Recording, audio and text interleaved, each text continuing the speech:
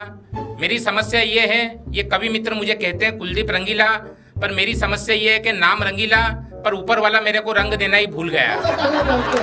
साहब ये ऊपर वाले की मिस्टेक है, नाम रंगीला पर मुझे रंग देना भूल गया। कई लोगों की समस्या होती है कि उनको बाल देना भूल गया।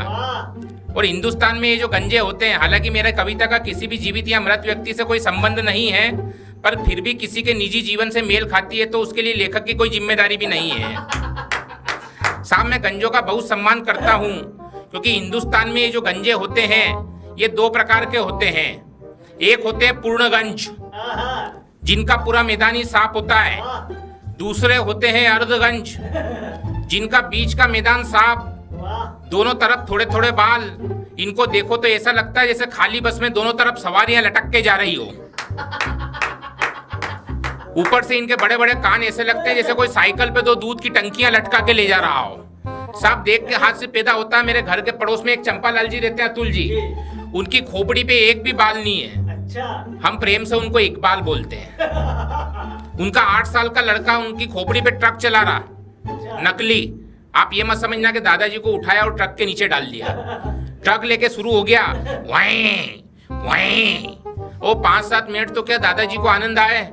फिर जो ट्रक के छोटे छोटे काले काले पहिए होते हैं वो दादाजी को गड़ने लगे, तो दादाजी जोर से चिल्लाए, क्यों रे क्या कर रिया है?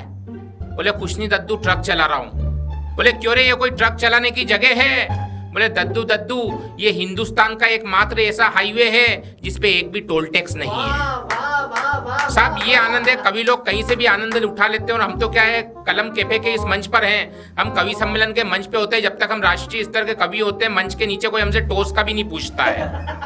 ये स्थितियां। पिछले दिनों मेरे को जोधपुर कवि सम्मेलन में जाना था। नागपुर नागदा जंक्शन से मेरे को ट्रेन पकड़नी थी। और आपको मालूम है नागदा जंक्शन कौन है? नागदा जंक्शन माइकल जैक्सन का छोटा भाई है। साहब 4:10 पे वहां पे मेरी ट्रेन थी।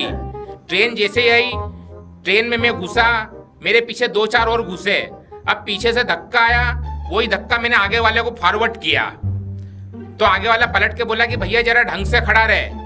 मैंने कहा मैं तो ढंग से ही खड़ा हूं, पर शायद तुमको जानकारी नहीं है मैं राष्ट्रीय स्तर का कवि हूं। लेकिन साहब उसने जो जवाब दिया, उस जवाब के लिए आप पूरे देश के 262 राष्ट्रीय स्तर के कवियों के सम्मान में ठहाके लगाना। मैं उसने कहा कि भैया जरा ढंग से खड़े रहो। मैंने कहा मैं तो ढंग से ही खड़ा हूं, पर शायद आपको जानकारी नहीं है मैं राष्ट्रीय स्तर का कवि हूं। तो वो कहने लगा कि राष्ट्रीय स्तर का कवि है तो क्या छाती पे चढ़ेगा? साहब ये स्थिति